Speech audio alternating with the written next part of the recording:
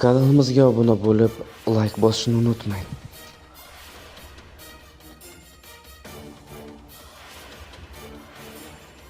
Men Malini o'ldirdim. Men odam o'ldirdim. Endi nima qilaman? Mali o'ldi. Endi nima qilaman? Mali, meni kechir. Men bunday bo'ladi deb o'ylaganim yo'q. Men Malining murdasini yo'q qilishim kerak.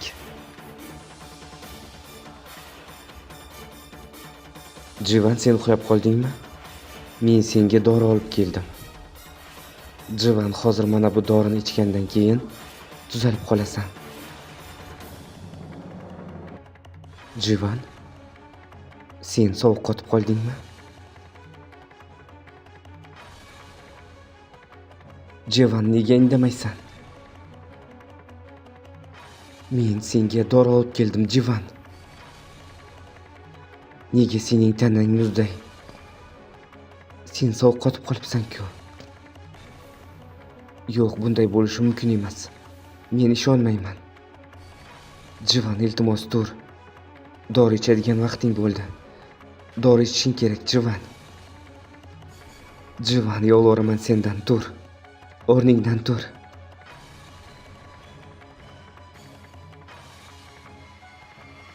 Shu paytda Leyla Jivanning olamdan o'tganini tushunadi.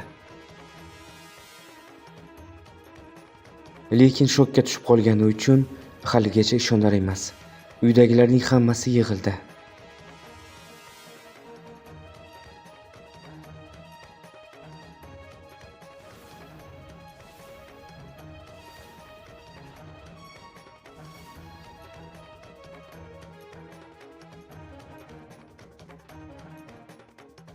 Leyla qizim, sabrli bo'l.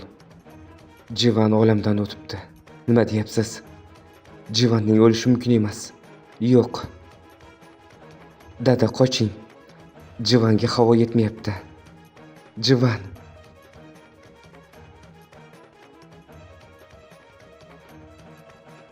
Leyla qizim, sabrli bo'l. Leyla. Qochinglar. Jivanga havo yetmayapti.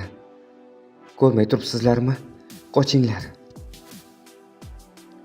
Bu Leylaning ovozimi?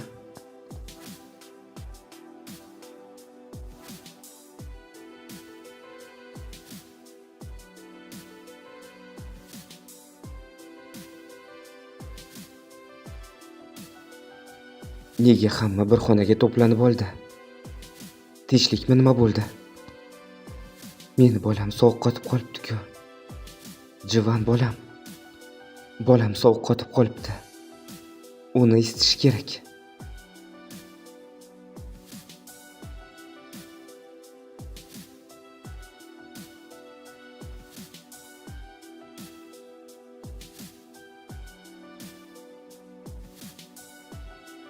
Men hech narsani tushunmayapman. Nega hamma yig'layapti? Leyla, meni bolamga nima bo'ldi? Nur, men ulgurmadim. Ulgurmadim, Nur. Ulgurmadik.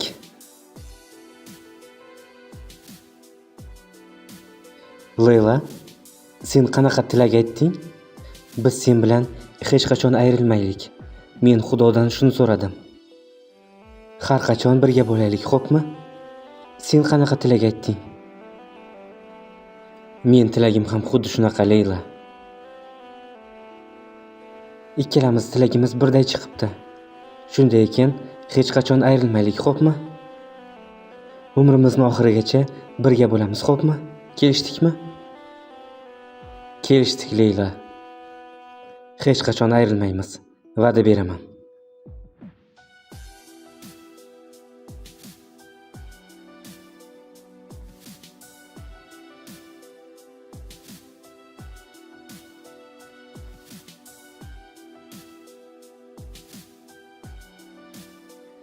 Leyla, Jivan ketdi. U bizni tashlab ketdi. U va'dasini ustidan chiqolmadi. Lekin u bizga va'da berdi-ku. Hech qachon ketmayman dedi-ku. U ketdi Leyla. Endi hech qachon qaytib kelmaydi. Jivan endi yo'q. U bizni tashlab ketdi Leyla. U rostdan endi hech qachon kelmaydimi? Yo'q. Kelmaydi.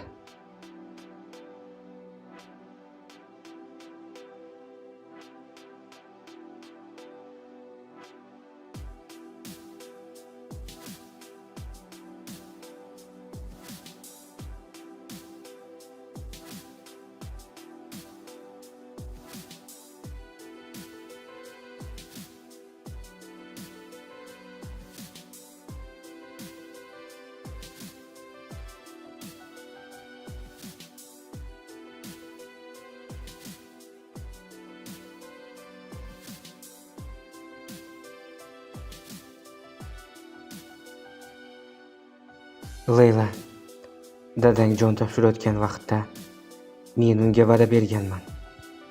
Leylani o'zimga o'xshatib, yomon odam qilib tarbiyalayman deganman. Men deganimga yetdim. Sen menga o'xshading. Xuddi menga. Shafqatsiz, hech kimi yo'q, yolg'iz ayol.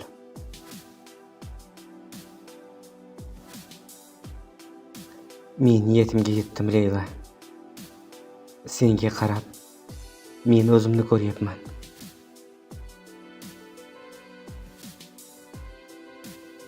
Yo'ling ochiq bo'lsin qizim.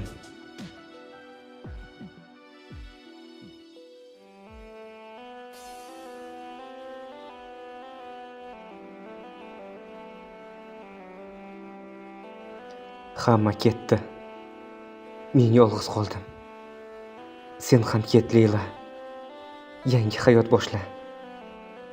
Chunki Jivan endi yo'q. U osmonga uchdi. Leyla, sen hali yoshsan. Yangi hayot boshla. Men uchun esa hayot tugadi. Ket qizim. Meni bo'larim bo'ldi. Omon bo'l qizim. Oq yo'l.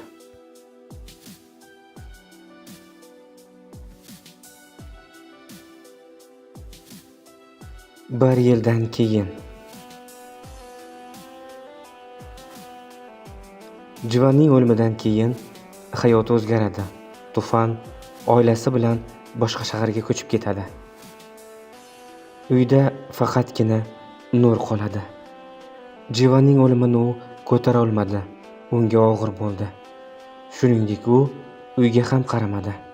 Uy chang-to'zon va kir edi. Leyla esa chet elga ketib yangi hayot boshladi. U oshpaz. U o'tgan umrini, barcha qiyinchiliklarni unutgisi keldi, lekin Jivanni unuta olmadi. Bugun Leyla Istanbulga bilet oldi. Ota-onasi va Jivanning mozoriga borish uchun. Xuddi bir yil emas, bir umr o'tgandek. Jivan, men seni hali hamon unutmadim. Bugun sening oldinga boraman. Sening mozoringga. Bahonada Nurni ham ko'raman. U nima qilyapti ekan? Ahvoli qanday ekan? Nur bir yildan beri depressiyada bo'lgani uchun u sal aqldan ozgan edi.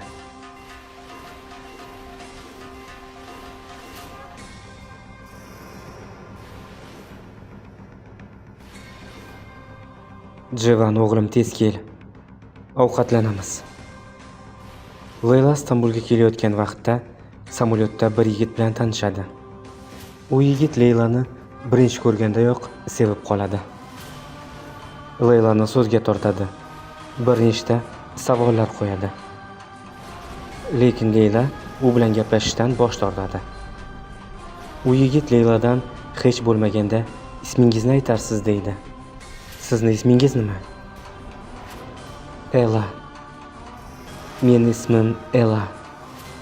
Ular samolyotdan tushgandan keyin u yigit Leylani uygacha olib borib tashlayman deb aytadi. Leyla avvaliga qarshi bo'ladi, lekin keyin ko'nadi. U yigit Leylaga yo'limiz bir, sizni uyingizga tashlab o'taman deydi. U yigit uyiga yaqinlashganda o'z uyida tushib qoladi. Shu paytda Nur ham shu yerda edi. Tasodifni qarangki, Nur ham xuddi shu yigitning uyiga xizmatkor bo'lib ishga kirganda. Yigit uyiga kirib ketadi. Xuddi shu paytda Nur esa axlat tashlagani ko'chaga chiqadi.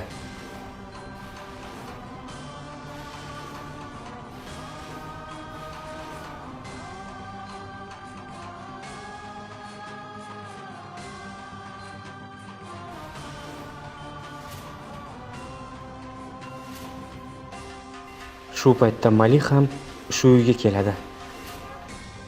Mali tirik qolgan edi.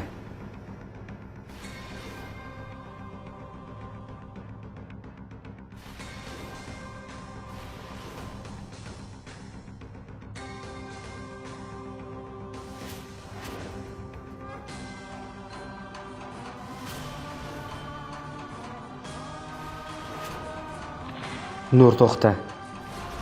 Men keldim. Sening Maliying qaytdi. Men tirikman, Nur. Nur, to'xta, eshikni yopma. Bu sening uyingmi? Sen shu yerda yashaysanmi? Seni ko'p izladim.